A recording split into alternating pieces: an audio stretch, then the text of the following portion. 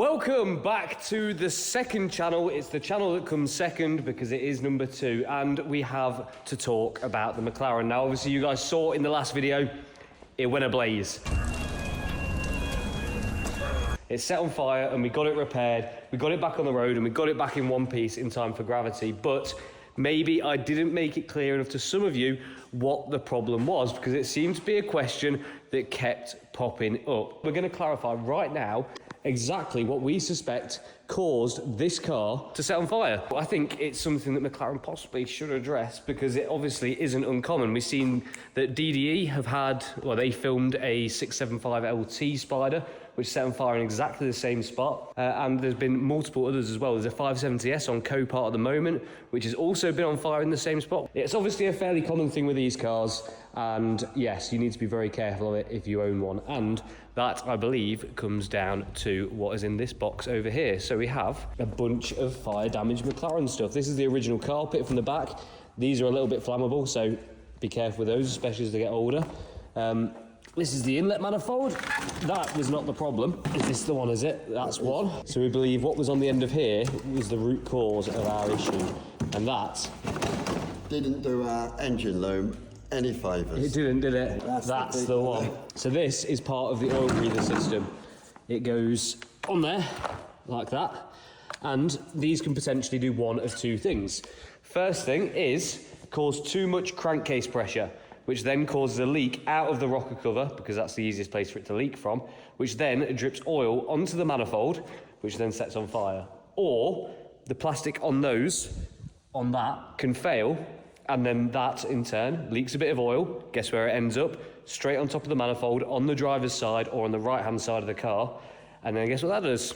Sets on fire. Well, every McLaren specialist we spoke to was like, it's that, yeah, it's that, it's that. Yeah. So yeah, we reckon this was the cause of our problems. So if you have got a McLaren that's 10 years old or around that kind of mark, you know, it's done a few miles maybe, just consider changing it. If you're having your engine out, if it's not for that reason, it's a part of consider changing. I don't think it's crazy expensive. Dave's got a bunch of them. I'm sure he'd happily sell you one for a reasonable amount of money.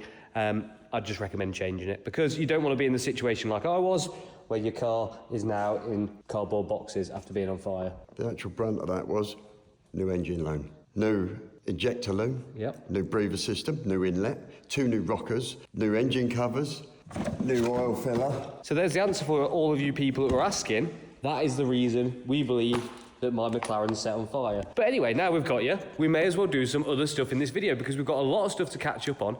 And first thing is on the Porsche. Okay, you might have noticed that the Porsche has been sat here on the ramp with the wheels off, with the suspension off, with a bit of the interior stripped for a little while now. And that is simply because I wasn't 100% happy with the suspension. The standard GT4 suspension setup is absolutely fine, but 10 years old, and we can improve some bits definitely. So first things first is all of the shocks have been off to Bilstein. Well, you can't wear that and that. We love H&R and we love Bilstein. Yeah. And we all love working together, right? So, yeah, Bilstein themselves have took the suspension back into their HQ in Leicester and refurbished all of the shocks, and obviously checked everything over to make sure it's all hunky-dory, and we've had those back. But we're also going to upgrade some bits as well, because the guys from Suspension Secrets have sent us out some sexy bits. So while we've got it all off and we're getting it all refreshed, we thought we may as well... Let's have a little peek, shall we? Oh, I think they're for the rear. I think they're rear toe arms, or rear camber arms, sorry, I think. If they are camber arms, which I believe they are, that'll give us the option to unlock more camber in the rear, and we've also got these, which I believe are rose joints. Very track focused. Yes, very. Because this has always been my track car. This is what I've always used it for. This has always been the full intention of it, which is why we've got the SW Slicks cage in it. Can you see the plaque? There it is. SW Motorsport Slicks.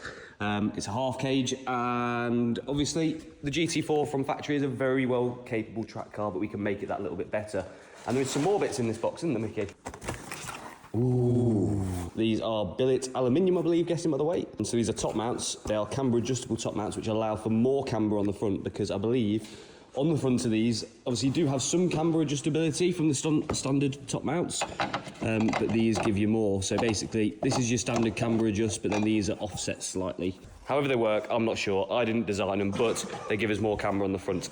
which we do want, because that is a limiting factor on how we can align these cars. So, do you want to start with the rears, I think? Yeah. I think we start with the rears. Yeah, because we've got some tyre arms, haven't we? Yes, and also the rears were more of a ball ache than the fronts. We'll get the rears on. We've not got new top mounts for the rear, it's just the new camber arms, but obviously refurbished. So let's get going. All right, Mickey's going to feed her up and in. I'm going to slip it in. That's the one, lovely stuff. Right, there is one top mount bolted in and the second over there. All right, now we need to raise the hub onto the shock. There's quite a lot of stuff that needed to come out of it for us to be able to get this out. So please allow me to pump that for you. We can use this to then raise that up. We can see exactly where it needs to go to. Let's get that nipped up so the hub doesn't slip off. Yeah. And now both shocks are in. And 2 seconds later, everything is finger tight. Now all we need to do is get everything nipped up here, get the anti-roll bar put in. Gonna pop in the other side now. Yep. And I'd say that's looking pretty good, mate. Obviously we need to tighten up the adjustment as well. We just need to make sure that's not loose and floppy, because that could be tragic. And the rears are on. So we've got our new Suspension Secrets rear toe arms in. And obviously Bilstein have refreshed the suspension internally to make that like new as well. Anti-roll bars on, all the support bars are on, everything's tightened up, and we've adjusted everything back to the paint marks where they were. So hopefully the alignment's vaguely okay until we can get it aligned. So now it's onto the fronts. And for this, we need to swap out this top mount, and you can see the difference now between the two. Oh, they're nice, aren't they? Yeah. Right, spring clamps are on, the worst thing in the world. Is that feeling good? That feels real good, considering that's... Yeah, that's goosed, isn't it? Oh, it's absolutely finished. It's only done just over 20,000 miles, but it's over 10 years old now, isn't it? So, yeah. You know, they've had their day. Should we get it on? Yeah, let's do that. Okay. If I remember rightly, this wasn't too bad, was it? Let's get her in. Slip it in.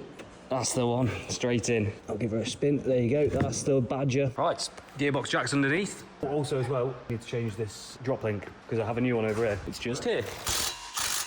Go for it. Got a funky little ratchet that I got in Monaco a long time ago. Nice and tight for us. Go on! Suspension's now all on, everything's checked over, torqued. We've lined everything up with the old paint marks for alignment, which will probably be well out anyway. Obviously, we've done what we can until we can get it aligned, so let's get these in. Your turn. Get wham. Wham. I think you've ironed out every single problem with this car.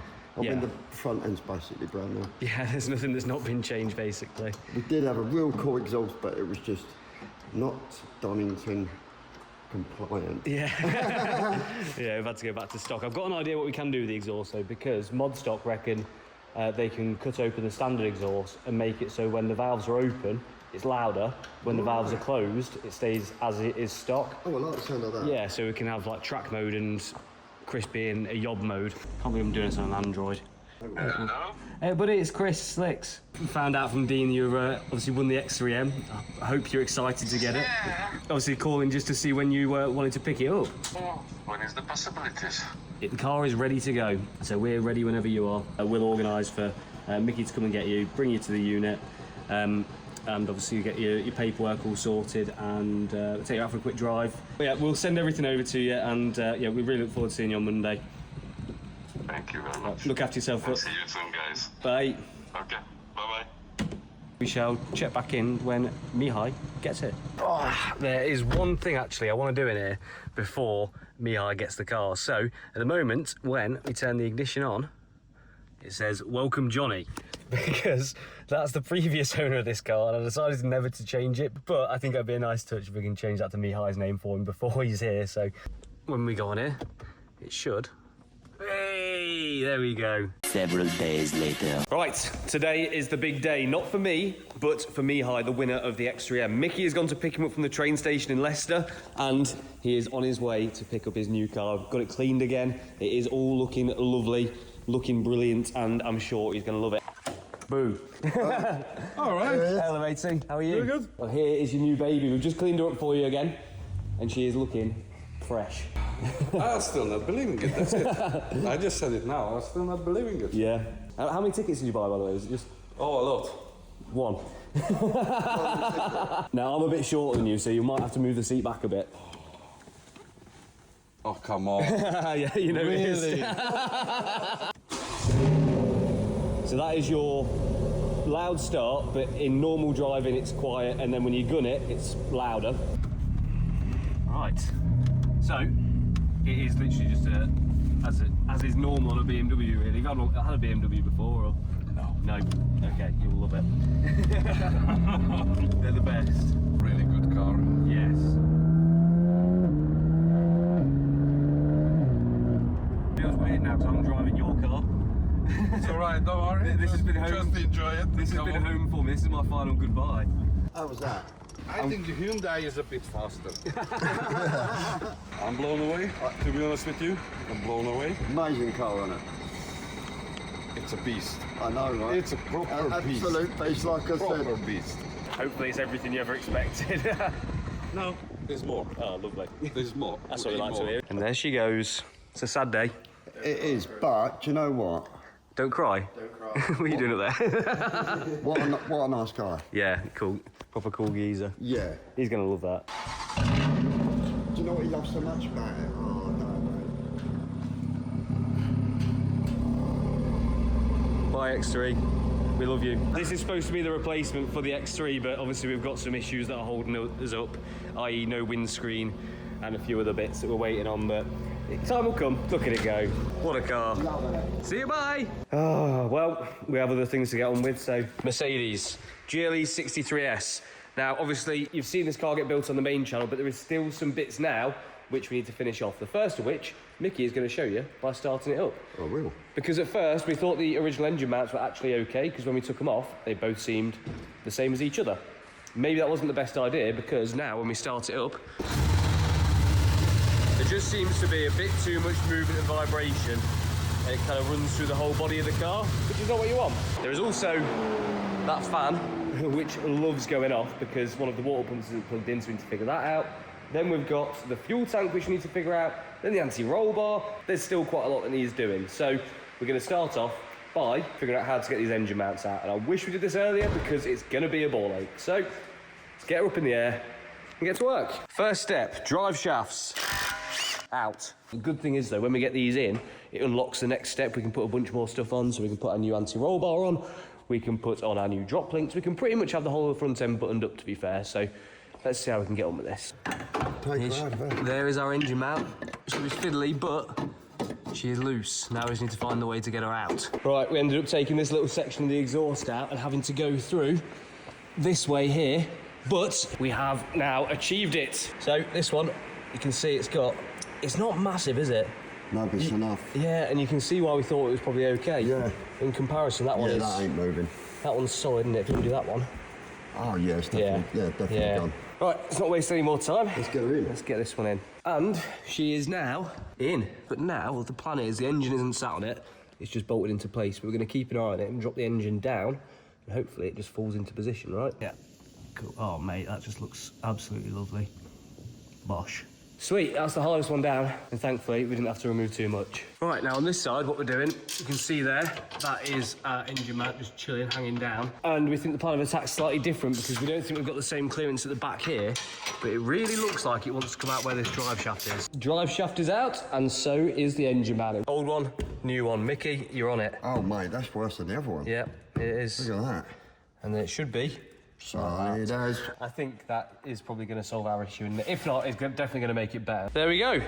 They're on. Not as bad as I thought. Still a bit fiddly. Anyway, Mickey's just getting his hands cleaned up, and we're going to fire her up again and see if that's fixed a bit of the vibration. I'm hoping it has.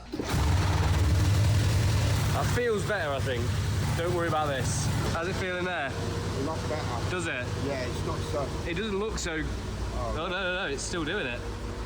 This is the vibration, look. You see that? I would like to put it up and have a look at the gearbox mounts because we've changed them too. Maybe that's... Sounds like a plan. There's a bit of movement there, mate. I think that's our problem. It's actually dancing on it. Okay. That's a lot of movement. Yeah, that's a lot. That's definitely the problem. Right, so now I've not managed to fix a problem with the GLE, but we think we've got one step closer. We can now actually do the anti-roll bar because there's nothing stopping us. Super technical anti-roll bar. Have you ever seen one that's got as many plugs as this? It should be fairly simple in terms of actually bolting it in. Just 4 bolts on the brackets there and then into the drop links up here. think the fiddliest part is going to be the wiring, isn't it? Yeah, just spread it all out. We've got some fresh bolts. Oh, lovely. Right, well, let's give it a crack, shall we? Big curls. Pumping, pumping. Cover your ears, everyone at home. Yep. Bash. That looks lovely. This should be fun. Should we use some ingenuity? I'm going to drop something down and play fishing. I think so. I think that'll be a more fun way of doing it, wouldn't it? So Mickey's just sending a bungee cord down. I'll put a little wrap on these. If this works, first time, I will be very impressed. Ah, yes. Point 1 is on. That is the 48 volt feed. This plug is also on. That clips in here. Drop links. Here. On. On. Nice. Nice. Just got to do the stop ones and the anti-roll bar's fitted. We just need to look at the routing of this a bit better because I'm not happy with it at the moment, but we'll get there. Just in the GLE now, having a sit-down moment with it because it's nice sometimes to go through all your faults and see what's going on. Well, first, we've got a win already, let's be honest. So is that one in? Yeah, it is. Okay, yeah. so let's just try and show this now. We have found a calibration setting on our little computer, and we have now got a working sunroof. Now, next thing I want to try and do is the airbag light, because on the live data for the airbags, everything you can see here is stored. But there's not a reset procedure on here, and we didn't see anything, you know, when we were taking the car apart, which looked like an airbag module. So I've just tried clearing it on here. Oh, no fault codes. I'll just show you that again. Read triple codes. No fault code present. When we start it up, oh, it's getting better. There's not a lot. Check brake pads. Automatic driving lights are operative. That's because of the camera. So that's knocked a bunch of faults off just going in there and doing that. So now we just need to get rid of an engine light, which I presume will be because of the coolant pump. We've got a TPMS fault and a suspension fault. And then that's how close we are to a clear dash. I would say that ain't too scary, is it? No, mate, not at all. Hello, Michael. Hello, cameraman Ross. What are we doing? We're back from Gravity and we're all tired, including Chris. He's gone home to upload your video. So we've been left here to get on with the GLE. There's some stuff to go on it. Wheel arch covers, under shields. I need to change a couple of engine mounts. So I'm going to see how we get on. Lovely. Yeah. Is this the first time it's had these in since the accident? Since its accident, yes. Much nicer. Mickey approved. It's Mickey approved wheel arch. But it's good to get this old girl back together because it's not far off finish now. Main thing is a windscreen, I suppose, The isn't it? Germans don't like to make windscreens lively. So guess what? If you buy a GLE and you want a windscreen, you're not going to get one.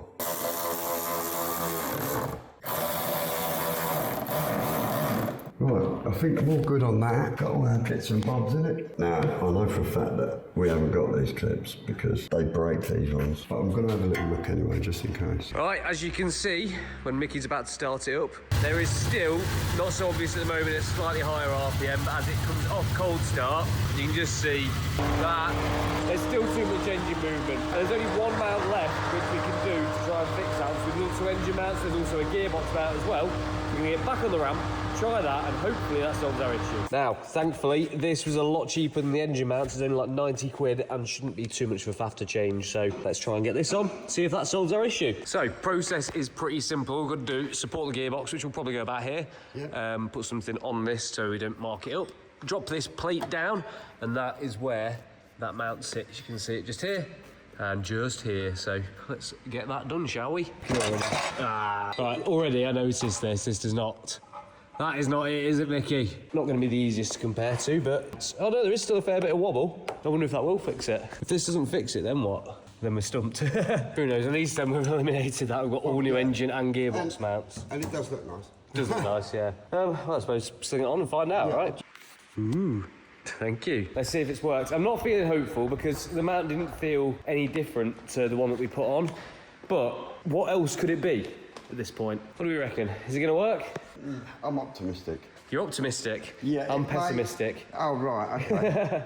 I don't know why. I just don't think that had enough play in it compared to the new one we put on that it's going to make a difference. Let's find out.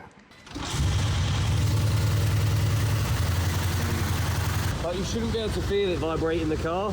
I can't even hold the camera steady. No. I'm leaning on it. I don't know about you guys, it just looks like too much to me.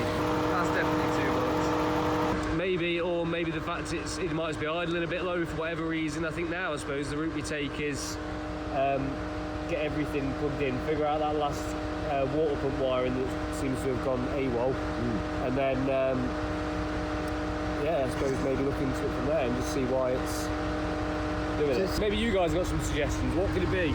The reason why the fans go like that, by the way, is there's one water pump left over that we can't find the plug for. So we've got one plug which is bigger, which has the correct colour wires. So we're thinking of pulling the bumper off, connecting those wires up and putting them into the plug which came out of it, which is...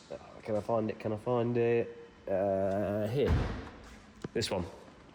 So we're going to pin it into that and then plug it in and just see if it works. Fingers crossed, that'll stop the fan from going. That'll take our engine light off. And then I suppose we can get moving forward to the next step. But yeah, for that, I suppose you're going to have to wait, aren't you? So if you enjoyed this video on the second channel, please make sure to like it. Please make sure to subscribe. We're chasing 100k on here. We are. We need a silver plaque. Another one, yeah. We do. Exactly. So yeah, if you could subscribe, that'd be much appreciated. And we'll catch you on the next video.